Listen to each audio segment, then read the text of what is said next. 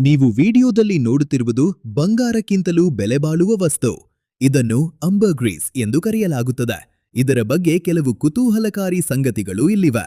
Sperm ತಿಮಿಂಗಿಲಗಳು ಸಮುದ್ರದ ಆಳದಲ್ಲಿ ಸ್ಕ್ವಿಡ್ಗಳನ್ನು ಆಹಾರವಾಗಿ ಸೇವಿಸುತ್ತವೆ.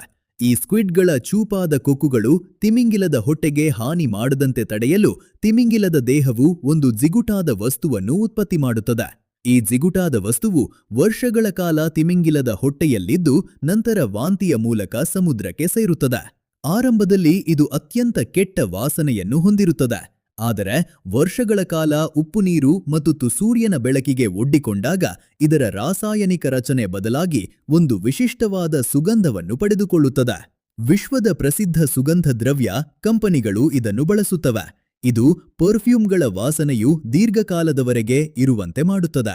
ತಿಮಿಂಗಿಲಕ್ಕೆ ಕೇವಲ ತ್ಯಾಜ್ಯವೆನಿಸಿದ ಈ ವಸ್ತು ಮನುಷ್ಯರಿಗೆ ಕೋಟ್ಯಂತರ ರೂಪಾಯಿ ಬೆಲೆ ಬಾಳುವ ಸಂಪತ್ತಾಗಿದೆ. ಇದು ಕೇವಲ ಮಾಹಿತಿ ಉದ್ದೇಶಕ್ಕಾಗಿ ಮಾತ್ರ. ಭಾರತ ಸೇರಿದಂತೆ ಹಲವು ದೇಶಗಳಲ್ಲಿ ಅಂಬರ್ಗ್ರೀಸ್ ಮಾರಾಟ ಮಾಡುವುದು ಅಥವಾ ಸಂಗ್ರಹಿಸಿಡುವುದು ಕಾನೂನುಬಾಹಿರವಾಗಿದೆ.